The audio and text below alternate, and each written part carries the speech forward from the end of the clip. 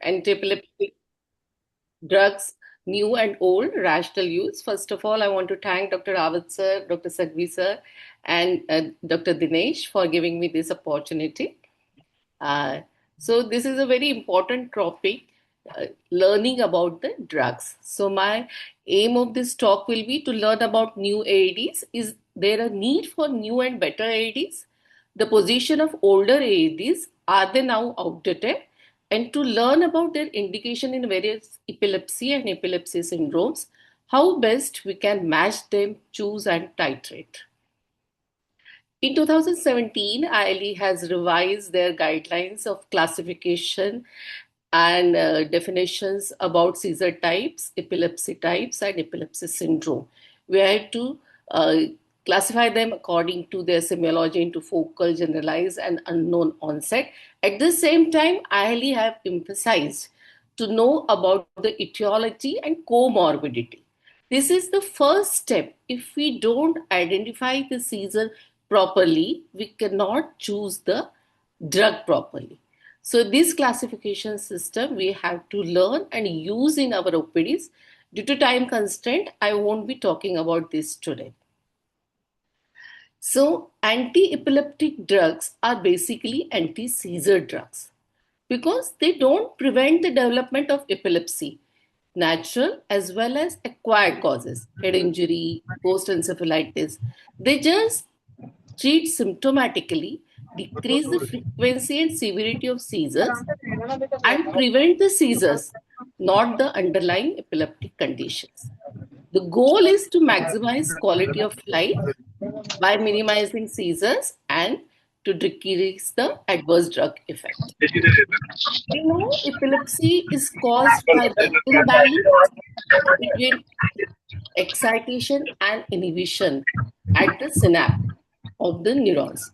So, if there is increased excitation due to sodium and potassium currents or Everyone, please glutamate mute and yourself. aspirate, or there is decreased inhibition due to potassium efflux or chloride influx or GABA potentiation, there occurs the epilepsy. The role of anti-seizure medicine is just reverse. They act on these ions, channels, and neurotransmitters. So this is a busy slide telling us the mechanism. I will try to simplify. The most important is sodium channel blockade. So traditional phenytoin carbamazepine valproate acts through this, valproate less, phenytoin and carbamazepine more. But certain newer drugs are also acting through this prominent mechanism. Slow channel, another mode of sodium channel is there, which lacosamide, a new drug, uses and is very effective. The another mechanism is GABA agonism or potentiation of the inhibitory pathway. So this is the pathway for benzodiazepine, barbiturates, and valproate. Other thing is calcium channel blocker used by ethosuximide and valproate, and receptors like EMPA and NMDA by perampanel and topiramate. Levetiracetam uses a different mechanism. It binds to synaptic vesicle and causes its inhibition and potentiates the GABA. Potassium channel blockade is also seen with certain drugs like topiramate. See, this mechanism is important because when we use polytherapy, you choose from different drugs, so you decrease the side effects. So, with these mechanisms, there are plethora of anti-seizure medicines. If we see the last 150 years, bromide was accidentally discovered 150 years ago. Then in 1940s, phenytoin was clinically tested in patients. This was the first drug to be tested clinically and then started using. But this first generation ASM anti-seizure medicines, nearly 20 were seen in few years, but lot of side effects. Then in 1988, from that time came the second generation, and the latest 15-20 years ago, from 2007, they are the third generation ASM, not much difference, but they are better with their side effects and the mechanism. They are improvising on the molecule, not a new mechanism we are yet to see. So in the market, we have so many older ASMs and the newer and third generation as well.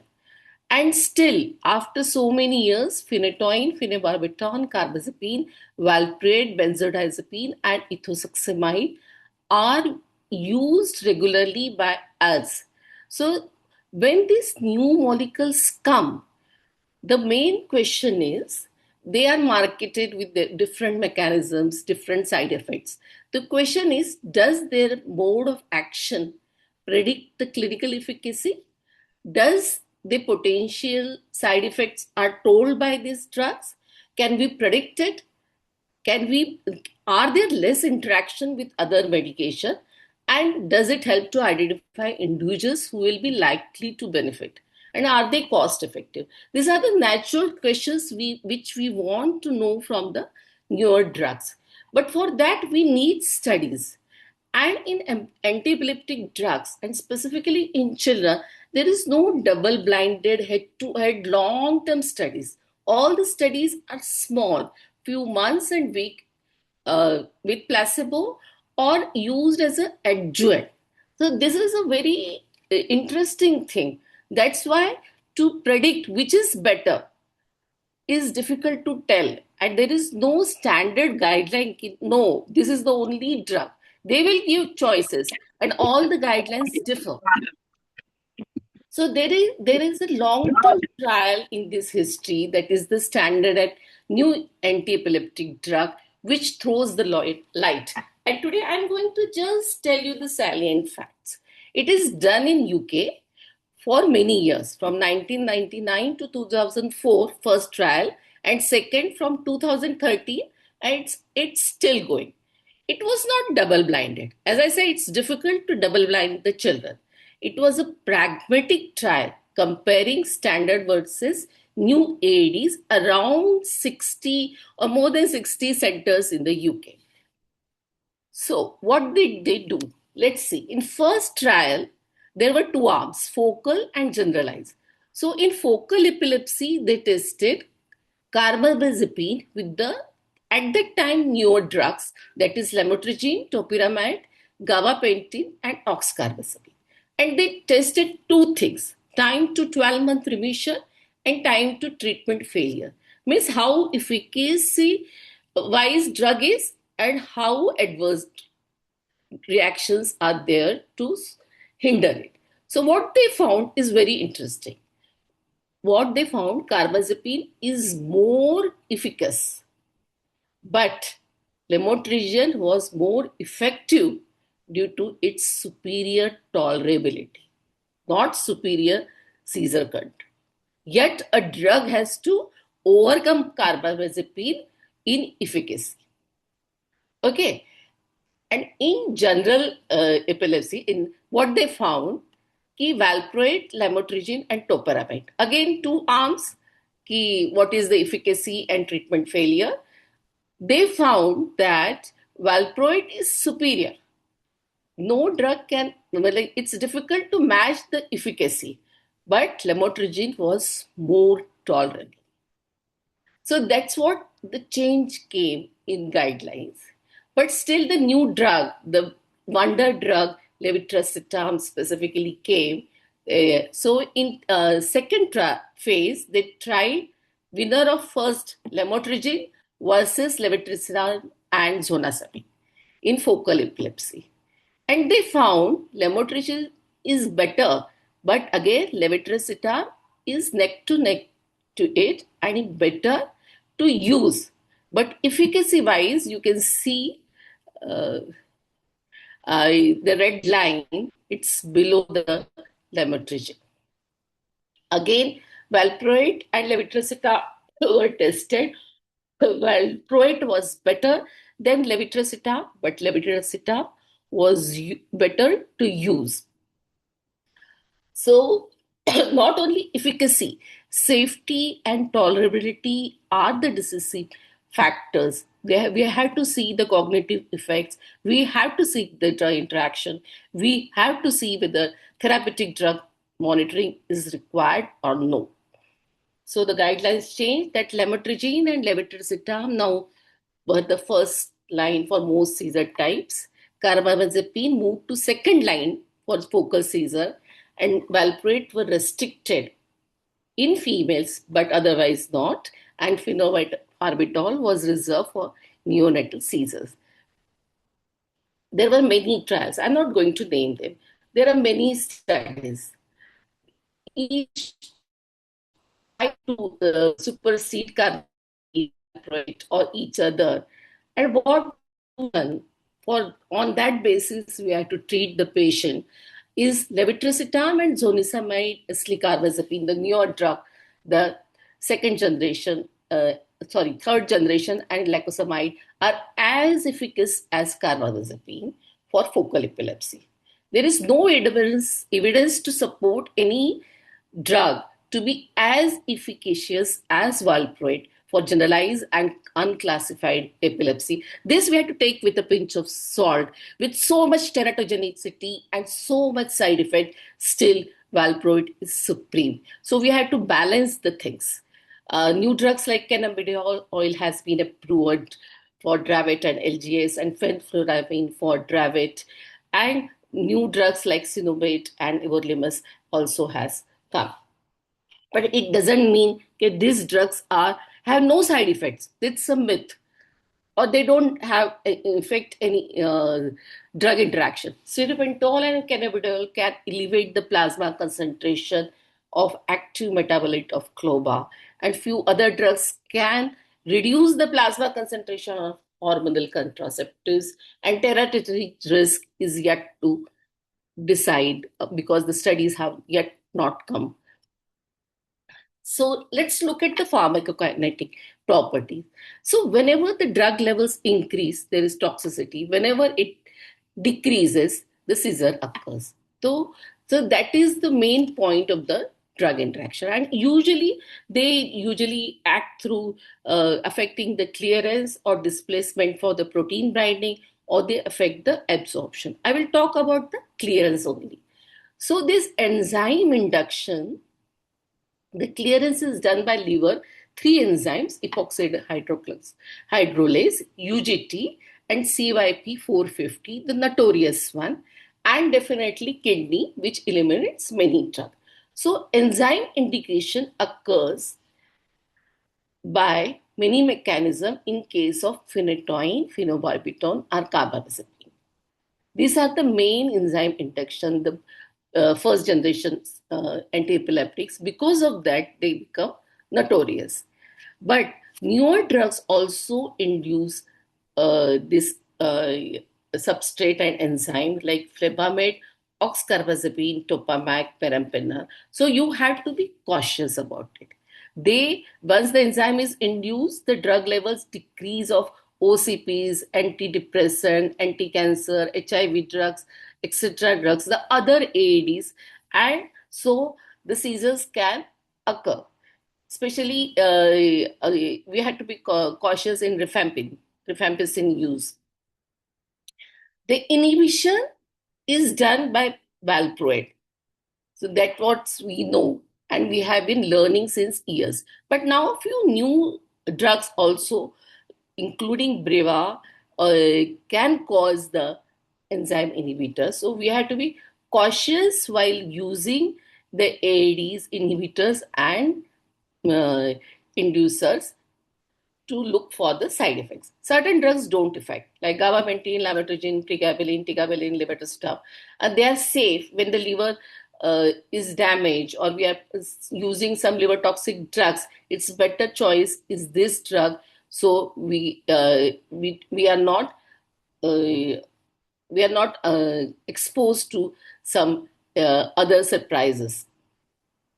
So, drug interactions we see valproate and lamotrigine. We can have a rash with carbamazepine and macrolide and antibiotics. Toxicity occurs with other drugs. If they are using with valproate and phenobarb, we can get excessive sedation.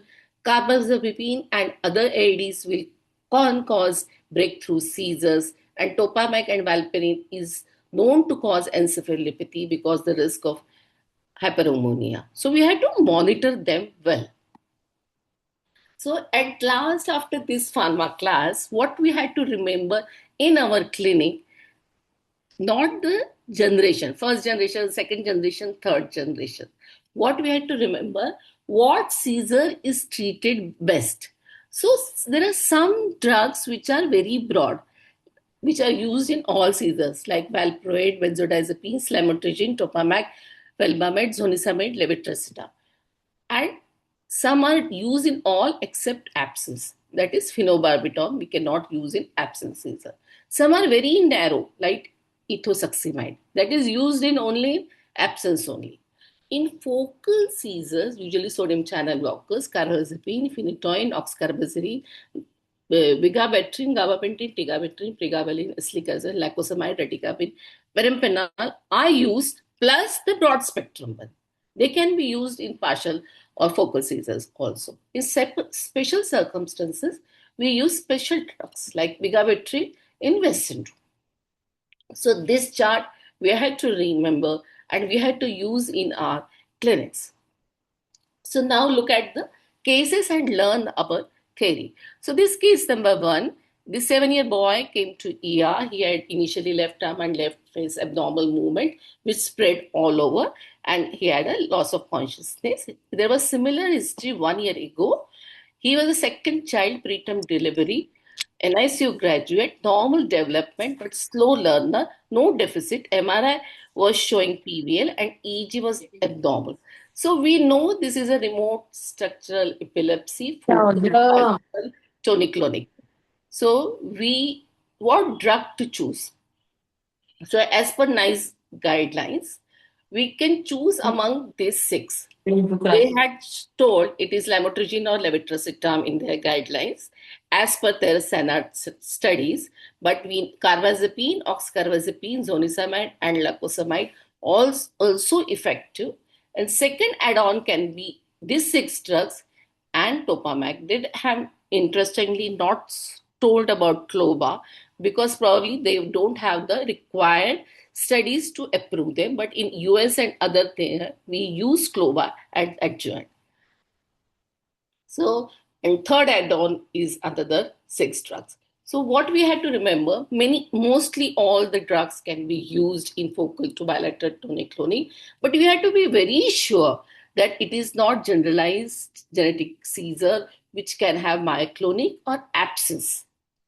Otherwise, they will be aggravated. So this is the point you have to keep in mind when dealing with bilateral tonic-clonic seizures, whether it is focal to bilateral tonic-clonic or a genetic thing. Otherwise, myoclonic and absence can be aggravated. So the child was a little slow learner. The parents were worried.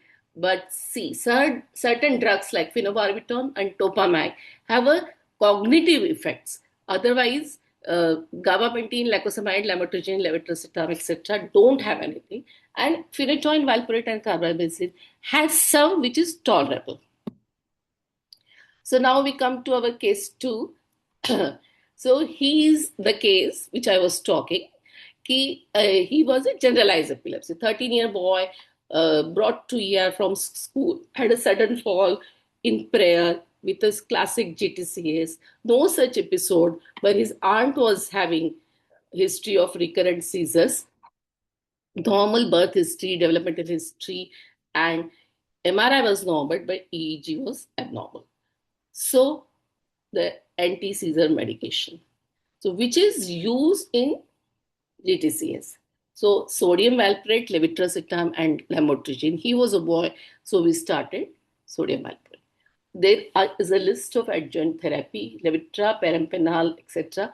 We can use, but remember, efficacy of levetiracetam is definitely below sodium valproate. Coming back, this Valparin Bachu, he was seizure free for 1 year, admitted in ICU with lobar pneumonia, and on second day he developed seizures. His valparin levels were normal. So what to do? See, valparin doesn't only inhibit, it acts with many drugs. And one of them is carbipenam. And now we use meropenams left and right in our PICUs. So you have to be cautious. The mechanism is poorly understood, probably inhibition of deconjugation of enzyme. Dose adjustment don't work. We shifted him to Levera for 15 days. Then again, after meropenem was withdrawn, we shifted him back to valparin. Case 3, this 8-year-old was with absent seizure. Uh, she used to stare blankly, unresponsive to voice for around 15 seconds. The EEG was classical, normal early development, but now she was showing some learning disability. So we started her on ethosuximide. We started with 10 milligram per kg and increased slowly to 20 in 10 days. So ethosuximide is the first choice, followed by valparin and lamotrigine. But remember, if there is a generalized seizure, we have to shift to valparin because ethosuximide, as I have told, has a narrow range. Other drugs, Levitra, Cloba, Clona, Topiramate, etc., can be given, but remember the drugs to avoid. This red flag have to be kept always in mind while dealing with the idiopathic generalized epilepsy. Ali has told us there are 4: childhood absence, juvenile absence, epilepsy with generalized tonic-clonic seizures, and juvenile myoclonic epilepsy. The primary physician do see these things regularly. We have to learn to identify it and treat it properly. The case 4, this a very interesting patient of mine, 6-year-old girl, right-sided tonic-clonic seizures for and headache, vomiting. She had a left temporal SOL. She was operated, put it on levetiracetam. After 7 months, she came with a different semiology, focal seizures, plus during episode she stopped hearing what people's around are speaking, but she was aware of surroundings. That was focal aware. What we did, we did the MRI. There was no recurrence. EEG was showing temporoparietal spikes. Levetiracetam was increased to 60 milligram per kg. The seizures decreased, but few seconds she had a abnormality. So we added clova, but there was no response. Then we started giving oxcarbazepine with along with clova and levetiracetam. We withdraw it, and she was seizure free since. So which drug will act is difficult to tell. We had to many times give the trial of another drug if one drug fails. So interestingly, she developed rash after 4 months. With oxcarbazepine, rash is rare but not uncommon. Few times we see it, so we had to be aware of it. Ultimately, since we didn't have any, well, 3 drugs were already tried, we put it on perampanel, and now she's doing good. So failure of first monotherapy, whether to go for polytherapy or alternative monotherapy, it depends whether drug has idiosyncratic side effects or dose related adverse effect. Then we switch the drug like we did with the oxcarbazepine. But if there is lack of efficacy, as in levetiracetam, we go for dual therapy or polytherapy. Case 5, this was a 10-year-old uneventful perinatal history, studying in 4th standard with average performance, had a febrile status at 2 years.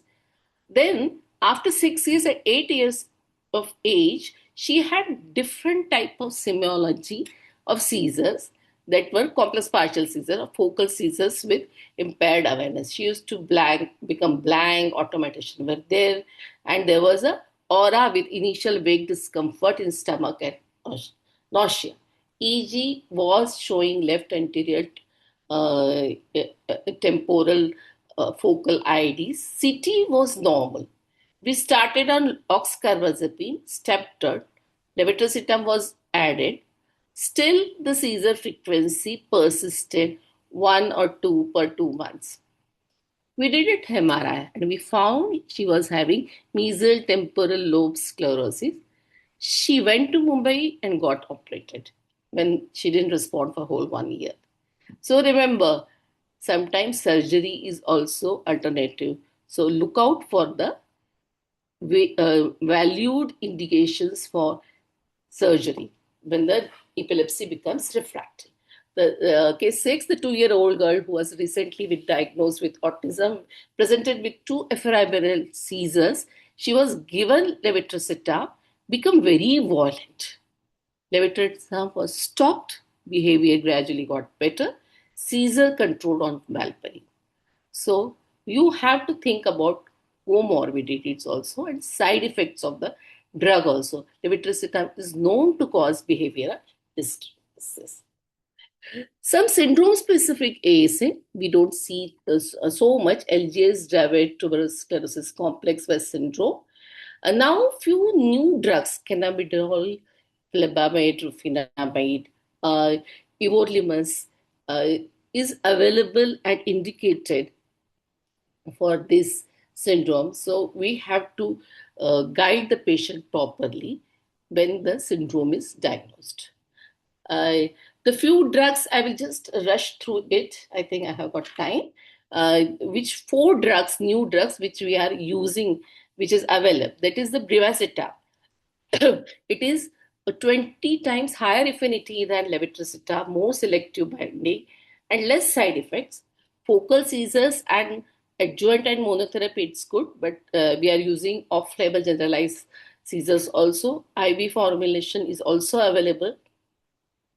Lacosamide is one good drug which has a IV formulation available and has a unique action distinct from traditional sodium blockers. It has acts on the slow channel. Only question is PR interval prolongation or ACG. So you have to be little cautious. In head injury or in acute focal seizure, this is a good drug because it has a IV preparation. Perampanel is another thing, a new novel mechanism of selective AMPA receptor antagonist. Once daily dosing, but it has a significant behavioral AEs in children, aggression and irritability. But in drug resistance epilepsy, like basically GDD and cerebral palsy patients, this is a good drug if used wisely. Cannabidiol is the wonder drug which is been using in Dravet and LGS, but it is a costly drug, and we have to monitor for the hepatotoxicity. uh, therapeutic monitoring, now the therapeutic monitoring we don't require so much because the use of carbamazepine and this is reduced. But if there are breakthrough seizures, poor compliance or change in dosage, a polytherapy is possible with drug interaction, we can do this TDM. So when to do the trough level just before the dose or at the time of clinical event. If the patient is having ataxia or a seizure is precipitate, during that time you can do the therapeutic drug monitoring. The drugs usually monitor are carbamazepine, lamotrigine, oxcarbazepine, phenytoin, topamac, valproate, and zonisamide. This is an era of genome and genetics. So one slide I have put because this is an ILE chart.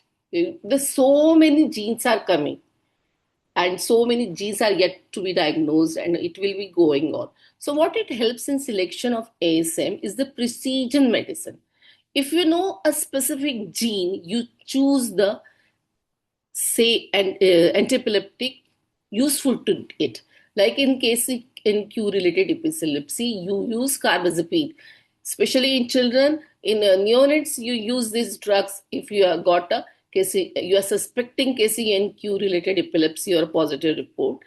SCN2A related epilepsy, the same story. Dravet syndrome, you have to avoid the sodium channel blocker. If it is a glutamate D deficiency syndrome, you can use ketogenic diet. And if there is a pyridoxine, biotin, I mistake it in colonic folinic acid, then you can, the deficiency is diagnosed by genes, you can add these 3 vitamins. And CDKL5 deficiency disorder, again, it's difficult to treat epilepsy, but you can then straight away start ketogenic oil and ketogenic diet and cannabidiol. Take home message, as the famous epileptologist says, tailoring therapy to individual patients, whether within or without a guideline recommendation, remains a prerogative that doctor should not sacrifice. Epilepsy therapy is tailor-made. It has to change according each patient, each situation, and with comorbidities, with seizure types, with financial situations, with family situations, and with many, many, many things. So this is my take-home message. Thank you. Thank you so much, ma'am, for such a nice and wonderful presentation. And now this is time for the expert comment. So I will invite Dr. Pawan Ingoria sir to give your expert opinion You can stop on the sharing, anti-epileptic drug. Dr. Anita. Actually, that's what I'm trying to do. Yes. Yeah. Thank you, Dinesh. An excellent presentation, Dr. Naga. You covered all the points that is required for the right choice making of antihistamine medications by a common pediatrician.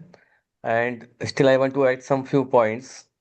The when anyone, if you want to start a drug for any patient who have the seizure, as the Dr. Naga said, seizure type is the key. There are many variables that need to be considered when we are choosing a anti-seizure medication, but the most important is the seizure type.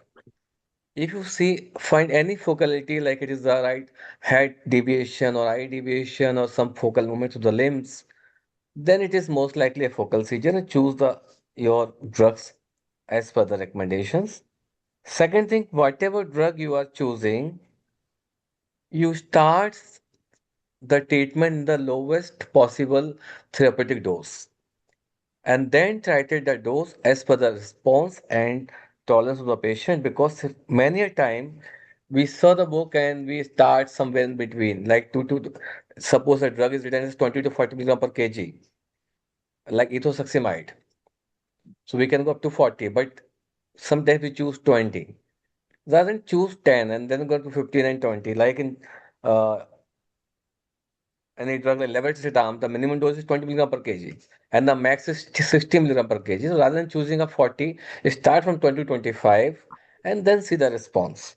So start slow and go slow. That is the basic principle of starting antihistamine medication for any epilepsy in the children. And we are dealing with a population that is not very sincere regarding the treatment of their children.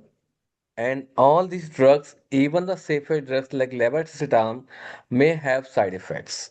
So regular follow-up is very important to look for the response, to check the compliance, and to look for the side effect. We had one patient with levetiracetam that developed the Stevenson syndrome. So that is very, very important. Many a time we wait for the investigation like EEG and MRI. EEG is not required to start an anti-seizure medication in a child who have the seizures and fulfilling the criteria for the epilepsy, like the seizures are recurrent or there is some underlying pathology. So EEG don't add much except for some specific conditions. So you can start anti-seizure medication as early as possible. In this whole discussion, we have not discussed the commonly used drugs like phenytoin and carbamazepines that is freely available in the government sector because these drugs have higher side effect as compared to the newer drug. But still, if you don't have any choice, you can use phenytoin as a drug if the parents are not affordable. That's the important thing. If they're affordable, levetiracetam is a better choice for focal seizures. But if they're not affordable, phenytoin can be given safely with regular follow-up because again the side effects are higher, but not as high as compared to the carbamazepine. Okay, so all these are my points. And one more important thing that I miss is the Always check for the comorbidities. If the child has some other problem, like a child have epilepsy and the child have tics, so we can avoid valproate. If the child has obesity or liver disease with seizures, we can avoid. Again, we can avoid uh, valproate. If the child is very lean and thin and have epilepsy, we can avoid topiramate. So that way we have to make our combination depending on the patient seizure type, epilepsy type, etiology, comorbidities, and the parents' educational status. Thank you. Very good input, sir. Now I invite Dr. Pankaj sir for your expert comment. Thank you, Dr. Dinesh. I'm audible? Yes. Am I Yes, sir. audible? Yes, yes, Yes. yes. Okay. Thank you, Dr. Anaga, for presenting so nice slides and nice cases. You have almost covered everything, and after that, there's a valuable remark by the Dr. Pawan. So I just want to add few points in the term of the biggest problem I see in practice is that those our general pediatrician basically they don't have any confusion about which drug should be given for focal seizures, which drug to be given for the generalized seizures. The biggest problem is they are not able to classify the onset of the seizures, whether it's a focal seizures or generalized seizures. And we are well learned pediatrician, very good clinician. We need to put more time on taking history of semiology of the seizures, how the seizure is occurring. Because what happens that most of the time this focal seizure turn into the generalized. Parents हमेशा आपको he will tell about the tonic clonic phase, but we have to ask what was the child doing before the seizure. So that is a key of the success about the knowing the focality. Most of the time parents will say a certain child become aloof, he turned eye on one side, he turned head one side on one side. After some time, a few seconds, child landed up in tonic-clonic phase. So this is basically indicates the focality. If child has some visual aura before that, if child has some discomfort, so this indicates some वही तो occipital. मेरा पूरा miss हो गया. This indicates about focality. So we need to decide focality on the basis of the semiology. If we are giving little bit more time to explore the onset of the seizures, so then we will be probably in better position to say whether it's a focal seizures followed by generalization. With isolated focal seizures, it's very easy to say that there's only a tonic-clonic movements on one side, or there's only tonic neck was on one side, then it is focal. But most of the time in general practice, we see focal onset, then that converted into the generalized. So in that scenario, we have to select anti-seizure medication which act on the focal seizures, sodium channel blockers. Secondly, after clinically localization, whether it's a focal or generalized, as Dr. Pawan said, that there's no need of getting EEG, very rightly said, but in few scenarios. So we need to confirm what is the localization. If we are, sometime we see that this is focal seizures, then we get the EEG.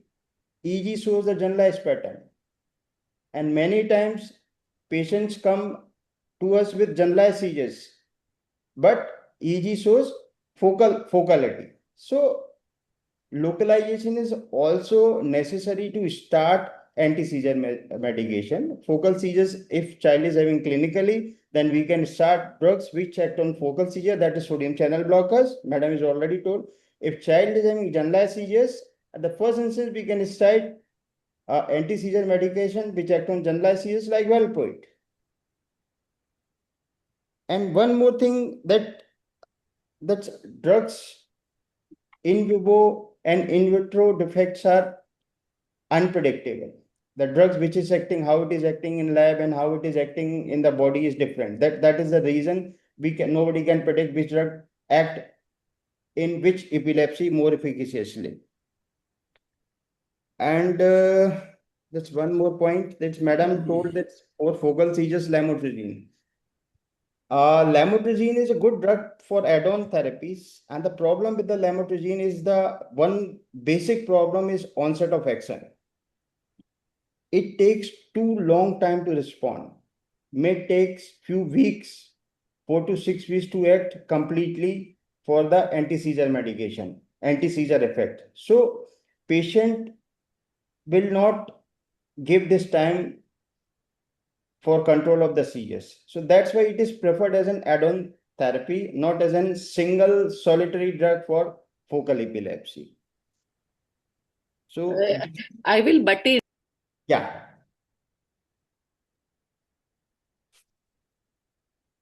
So this is input from my side, and thank you very much. Yeah, Dr. Anaga, please, you were asking something. I was telling lamotrigine as the guideline of NICE, given by NICE, and as the conclusion of Sanatrans. Yeah, that's Yeah. right.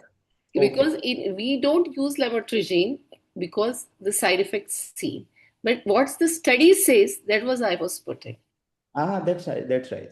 One more thing, this actually that's when we start one drug, and if the seizures is not controlled on that drug or partially controlled, if seizures are partially controlled, we should select second drugs which have different kind of action. The common mistake what we do, we were giving Yes. like phenytoin. So it's a sodium channel blockers. What we do, we add on lacosamide, we add on oxcarbazepine, which is a drug of same group, so which will not benefit. So if we want to add on drugs, we should use drugs like levetiracetam, which is acting on synaptic vesicles, which is having different kind of action. So this is my input for the today. Thank you. You, sir, for wonderful insight. Now, I would like to invite Dr. Swati Gupta for our expert comment. Good evening, everyone. Thank you so much, Dr. Anaga Bhagwat ma'am, for such a nice presentation. And thank you, our respected experts, Dr. Pankaj Kumar sir and Dr. Pavan Ghangoria sir, for your valuable comments on the topic. As most of the things have already been covered, I just want to highlight few points and summarize the topic.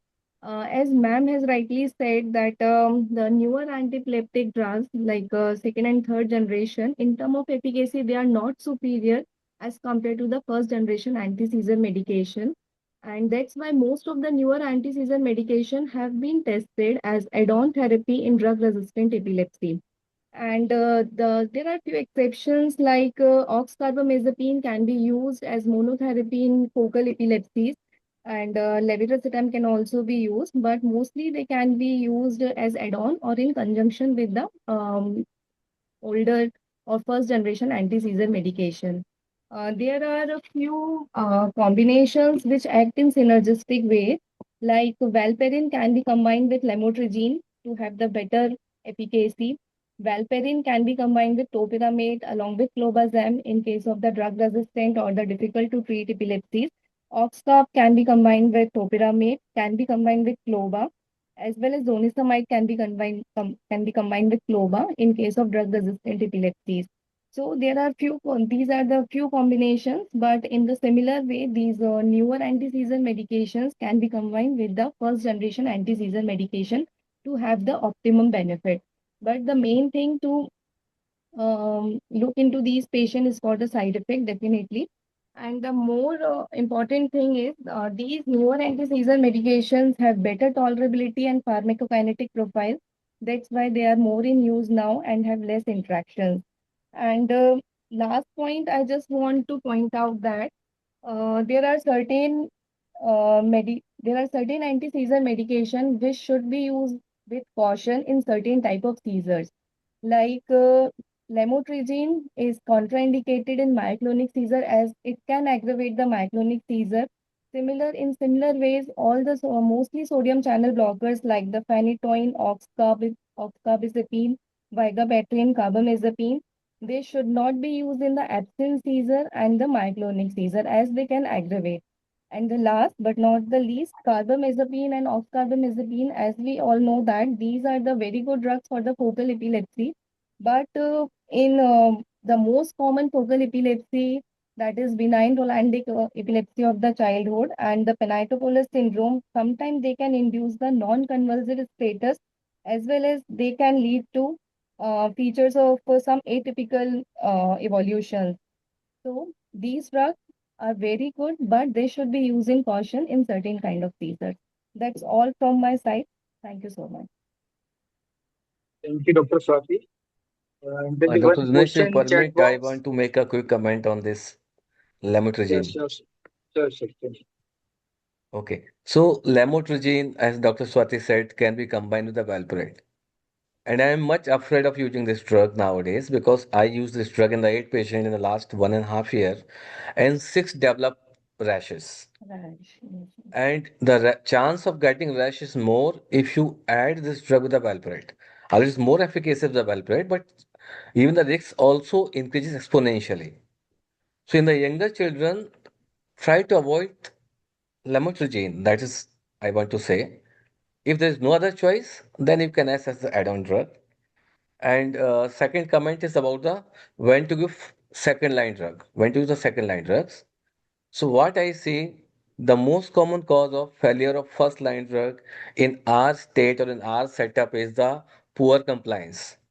So make sure the child is getting the right drug at the right doses, at the right time, by the right measurements, in the right way, without changing the formulation.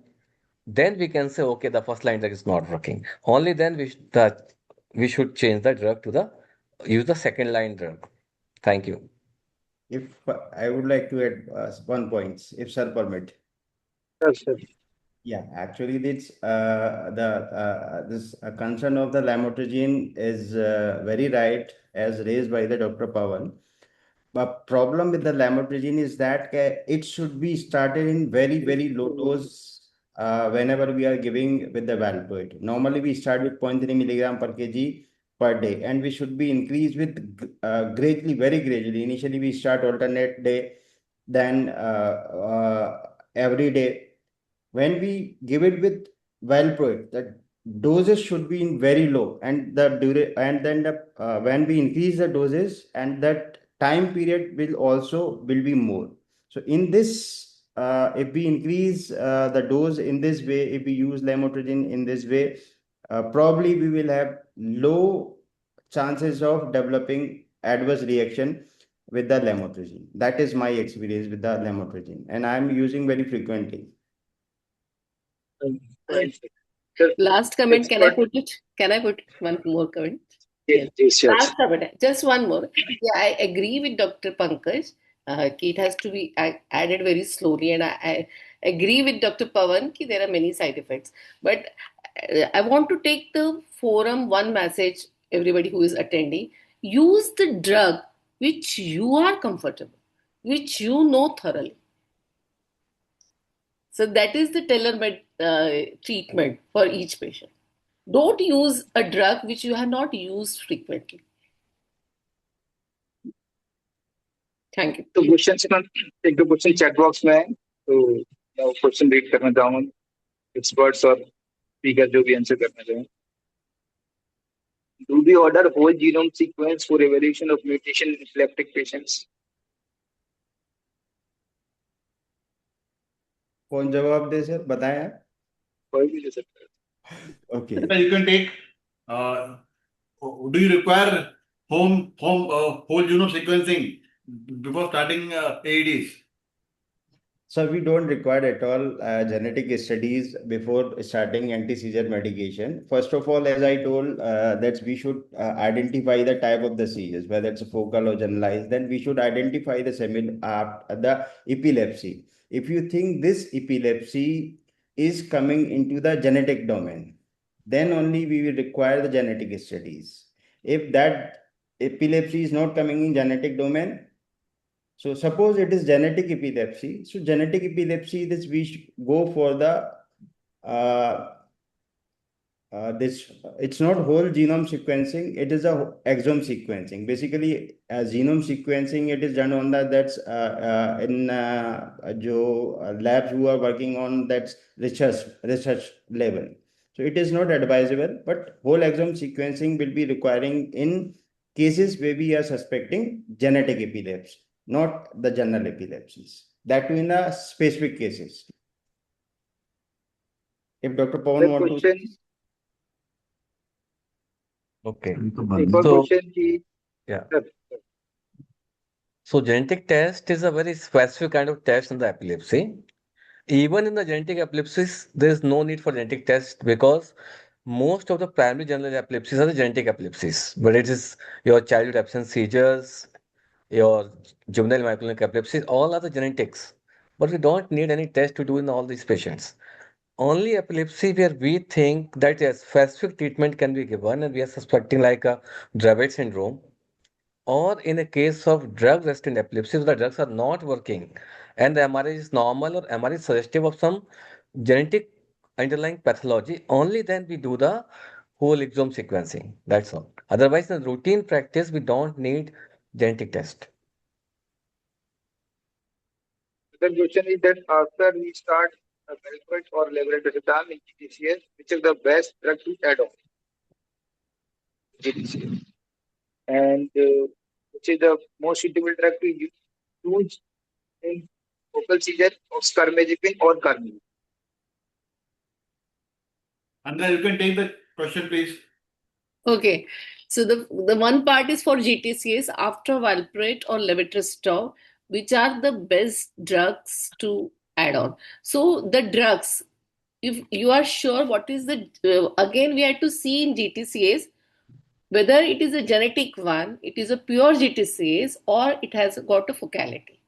If it is a non-classifiable generalized seizures, then you don't add the drugs which can exacerbate the myoclonic or absence. So you can add Topamac in GTCS. You can add lamotrigine if you are comfortable. And for focal seizure, which is the and you can add the polytherapy that Valproate plus Cloba or levetiracetam plus Cloba is a very good combination many times. And check that your dose is correct because very few, whether 70 to 80% will respond to Valproate or levetiracetam. And for focal seizure, which is the best to choose oxcarbazepine or carbazepine. So definitely efficacy of carbazepine is better, but oxcarbazepine doesn't differ much in it. So the first drug I would like to choose is oxcarbazepine because it has got a lesser side effects and lesser drug interactions. But if the patient is not responding and then I will rethink, but I will usually don't shift back to Tegretol. If there is a financial constraints, then I will start carbamazepine. Which drug should be add on in focal seizure? I have given the whole list. There are six drugs which we use in first line.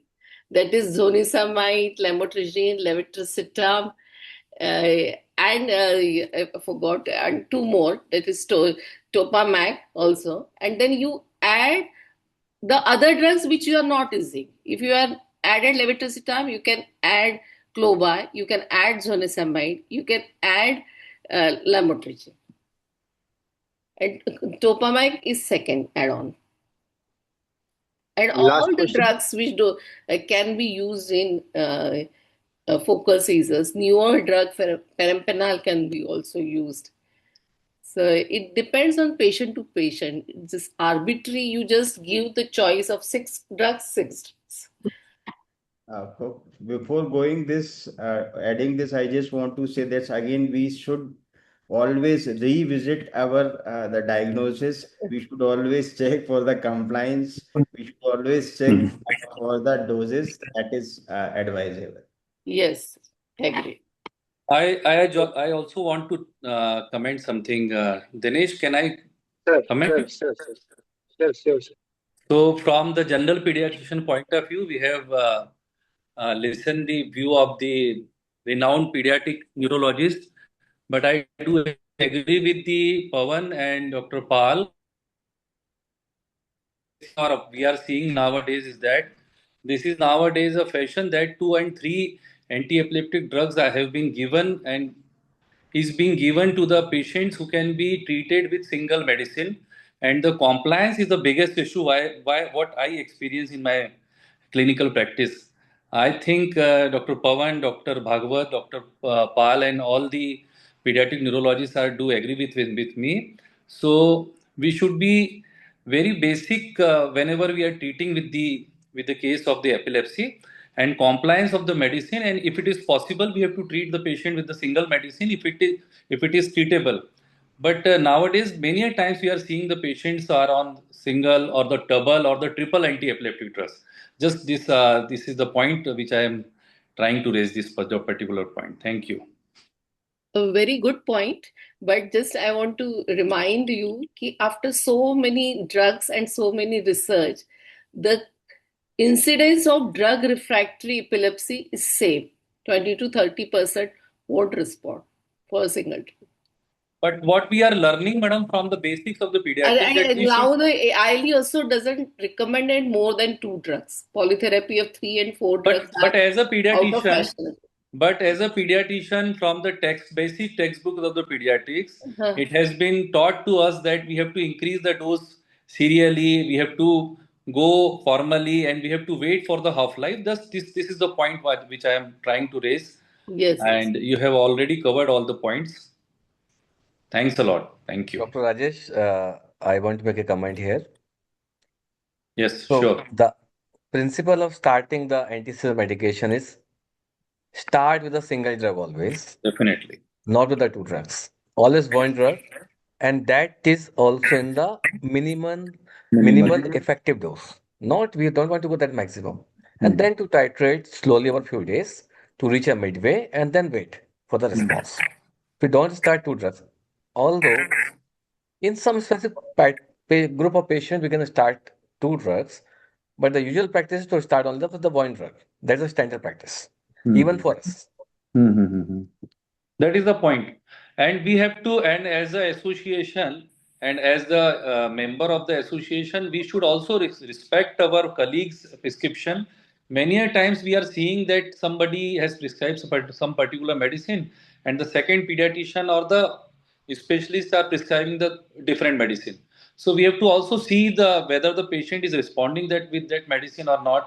That all the ethical points should also be covered during the management. What I personally feel is that. That's very true. I agree with Dr. Rajesh Tikkas, and since we are running out of time, Dr. Dinesh, Sir, is there anybody who want to say something? Dr. Rawat sir, दो तीन chat box में sir question और आ गए हैं तब तक. quickly you take it and then we'll finish it off because it's already we are shooting the time. Yeah, definitely we are over. So I request everybody to be very short in answering these queries. You can ask very quickly. How long seizure-free duration before trying to taper and stop it? Experts. Yeah, Dr. Pawan Boli, please. Minimum 2 कोई years भी एक seizure जन free. answer. I will answer. The ILE has said it is a rule of 3. मतलब 2 scissor free जो first 2 seizures के बीच का जो interval है उसके 3 टाइम सीजर फ्री इंटरवल होना चाहिए. Then you can stop the AED. That is the rule of 3. Okay, good, excellent. EEG before stopping AED. Not required. Yes. Not required in most of the epilepsies. That's we can differ in some epilepsies. That's actually specific, but most Last. if the child is seizure free for 2 years and there was not very high seizure burden, we can stop ASM without doing the EEG. But in some scenario, we may require EEG. This is Last question for today. What is the best drug for generalized seizure for adolescent girls? Levetiracetam. For generalized seizure, levetiracetam is also doing good work and have less side effect profile. Rajiv sir. So I thank all the experts and speaker for this wonderful session. There is a lot to learn in pediatric neurology. And what I have seen in last few years is that pediatric neurology and the drugs which we are using in epilepsy is like coming up in a big way.